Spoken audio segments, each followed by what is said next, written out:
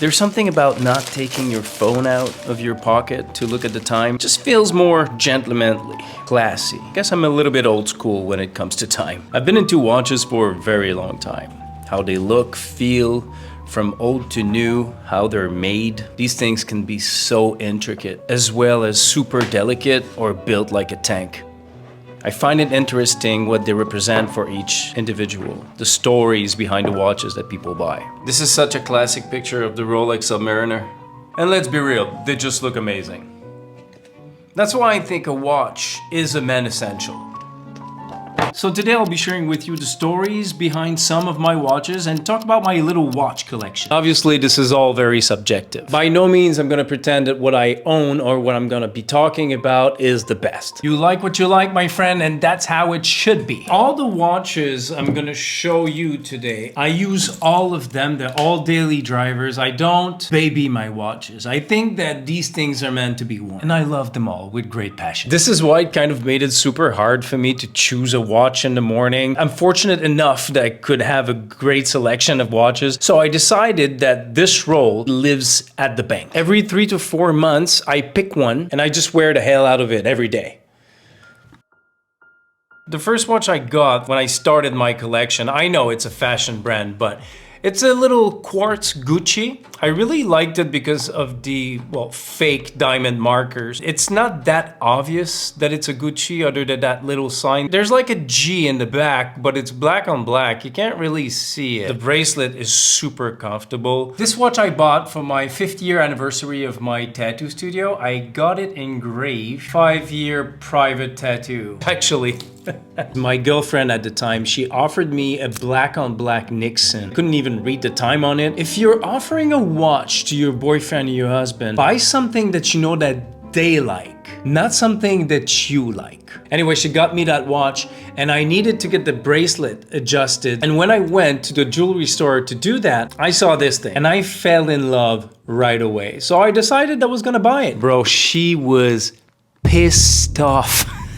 And the first thing she said to me was, "You better have money to take me out after buying this thing." Clearly, she did not know me that well to tell me stupid shit like this. And you know, well, she's my ex. And I know that in the watch world, there's a little bit of snobbyism between quartz and mechanical watches. And I did have that phase at some point that, you know, when you discovered mechanical watches, you like, quartz sucks. But I really like that thing. I'm not wearing it right now because the battery is dead and I'm too lazy to go get one. And that's the thing with a mechanical watch is you just pick it up and it starts. And at the end of the day, objectively, a quartz watch keeps better time. And it's also how the watch looks on your wrist. If you like it, whether it's mechanical or quartz, it doesn't really matter. But arguably, when you have a quartz watch, you don't have all the little ticks.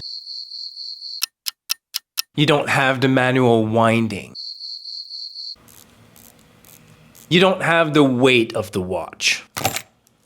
Next one on the list, Raymond Weil. I think it was cool because you could see the movement from the case back. I like the blue hands and it was leather strap. I didn't want to wear a watch shiny and sparkly all the time. I wanted to have something more dressy and I wasn't too sure what I like, what I didn't like, so I just pulled the trigger because it looked fancy and I regretted it ever since. This thing never kept good time. I had it fixed 3 times, well, fixed, and it never worked properly. I'm sure that I got a lemon, most likely, but I just decided to give up. This is not in my rotation. It lives in a box. Now, this one, everybody knows what it is. It's the trusty G-Shock. This was a gift from a customer. Unfortunately, I don't like it.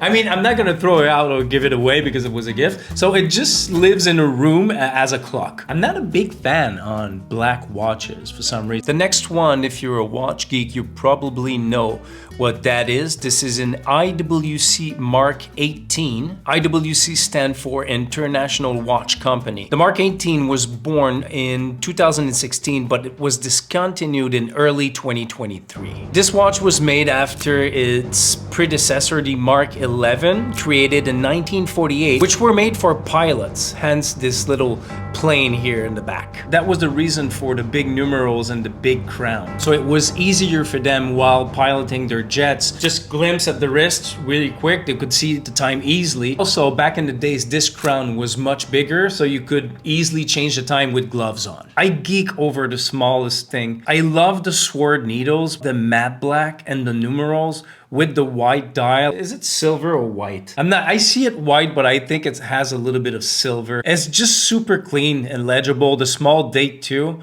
I just love the design of that watch.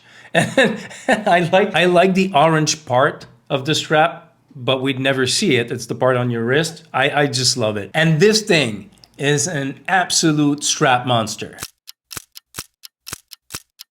I have a problem. And if you're a watch geek, you will understand that if you change the strap on your watch, it's just like buying a new watch. And I only put my leather straps on when it's fall, winter, or spring, because these things are a little bit expensive, so I don't want to soak them in sweat and have them all stinky and shit. Oh, and also, I think I have a pro tip. I'm not sure. I bought them in January, and somebody had told me that if you buy your watches in that time, you're most likely gonna be able to get a good discount. Because Christmas time is over. They're not selling watches. Everybody bought their gifts and stuff, so they're kind of stuck with the watches, and I had a substantial discount on it. So that might be something to look at. Now let's talk about the Omega Speedmaster Professional 311-3042-3001-006. That's a mouthful. The Speedmaster was born in 1957, designed by the Swiss designer Claude Bayot. First went to the moon during the Apollo 11 mission in July 1969, making it the first watch to make it to the lunar surface. I just love the classic design. And also it was pretty cool that you had the whole movement exposed in the back. Thinking that this thing is put together by hand, it's what impresses me the most. When I bought this watch, they were doing, if you're a watch nerd, you'll know what I'm talking about. So the hairspring in a watch, it's the thing that makes your watch work. And in 2021, they changed the metal hairspring in that for a silicone hairspring for better accuracy and some resistance to magnetic field. Well, lucky enough, when I picked this one up, they were about to switch for the new model, and there were one left of this one in the store. And since they wanted to get rid of it for the new arrivals, I got a great deal. And also, I believe it to be the last Speedmaster Professional to be released with a gift box like this. Like, this is the case of the watch. This thing is fucking huge. The watch came in that box, which was pretty cool. Some tools if you want to look at the movement, extra straps as well. You know, and one thing that a lot of companies should actually start doing, put a toolbar to be able to change your straps. I think it's kind of part of the experience to have nice packaging, especially if you buy something at that price point. And this is also an absolute strap monster. Basically, this watch, when I bought it, came with that bracelet, which I really don't like. It's thick, it's not fancy. I don't like it. So I got the leather strap. It looks amazing. But then they came out with this bracelet, which is like a Jubilee bracelet, silky smooth. I absolutely adore that bracelet. Yes, I know I have a disease. Now, I don't think that this watch needs much introduction. The Rolex Submariner two-tone 116613-LN. LN stands for Lunette Noire. The classic Rolex Submariner was introduced in 1953, designed by René-Paul Jeanneret. And the Rolex Submariner two-tone was introduced in 1984. And this model actually was discontinued in 2020. This is size 40, now it's size 41. The lugs are a little bit longer and slimmer, and the clasp here is much bigger, and I really don't like it. So I'm quite happy I got this before they discontinued it. This keeps time amazingly. This watch was engineered to go deep in water. It was a tool watch. It goes down to 300 meters. Listen, I have trouble swimming in a lake, but I'm never going to use this for its purpose. I know the two-tone is not the most popular model, but I don't know. There's something about how it looks with my tattoos. I really like it. What do you guys think? And I'll always remember how I got this watch. I went to a first store, and the woman looked at me from head to toes. She just hated me right away because of my tattoos. Can I help you? Well, yes, I'm looking to buy a Rolex. I don't know which one I want to get. And she said, well, since you don't know what you want, why don't you go shop on the internet first? Because I'm not gonna let you try everything. Like I was gonna steal something from an AD. These things are like a vault. But it's not the first time that somebody looked at me and discriminated me because of my tattoos, and I don't really care. I never make a big deal out of it. I just move on and go elsewhere. But then I went to this store and the guy was absolutely amazing. And my heart was set on this one. And I was fortunate enough that I could get it for myself. I actually purchased this thing for my 40th birthday, which is 7 years ago almost. And this is something, unfortunately, if you're new into watches and you're hoping to get one of these, I tried every Rolex, which is something now you can't do, unfortunately, because they have like waiting lists and it gotten really crazy. I'm just gonna bitch a little bit about Rolex. Now you have to jump through hoops and spend money on shit you don't even want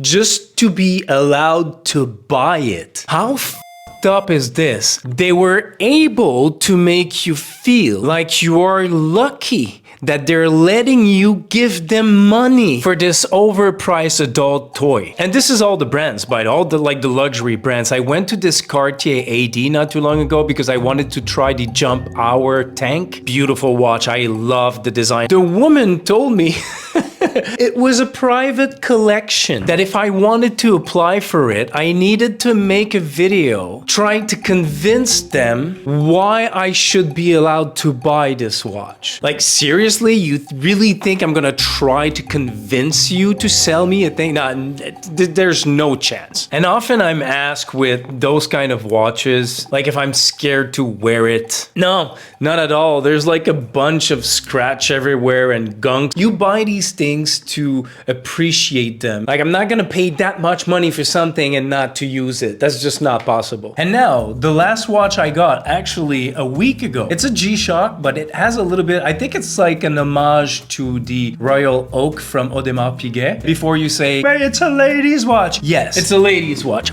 but look at this thing. I think it's incredible. I love the copper markers mimicking rose gold. And the watch has like a pink hue to it, but it's like beige. I see, well, yeah, I have pink glasses. Fell in love with it right away, and I just found it not too long ago. And this is the lady size, but G-Shocks are huge, and I have a 7-inch wrist, but I don't like super thick watches, and I think this one just fits perfectly. The men's size, it's even thicker. So, and I don't really look at watches as men or women. You like something or you don't. So this one is my new love. So you're gonna see that on my wrist for the next, I don't know how many months. So what's next in my watch collection addiction?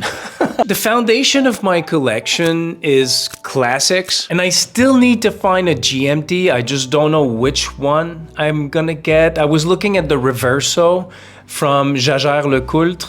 This watch is absolutely amazing. I was looking at the rose gold version with a double dial, so you have GMT time on it. And my dream watch is the Vacheron Constantin 222, the new one that they just released. Unpolished yellow gold version is just fucking amazing. I know for some people my collection might be a little bit boring, but at the end of the day, they are timeless designs, and there's a reason why they're timeless. People like them for a long time. They can get boring because you see them so often. But you know what? I don't care. Man, I like boring, then I'm okay with it. It's like the Porsche 911. It's a timeless design. I love that car. And at the end of the day, it doesn't really matter. You like what you like, and you should not give a flying fuck about what other people say. Please tell me in the comments what you guys wear. I'm always interested to maybe learn something new about a new brand. And if you have a suggestion for a GMT, I would gladly appreciate that. Thank you for watching. I appreciate you. Don't forget to like and subscribe if you like what we do here, whatever it is that we do. I'll see you soon.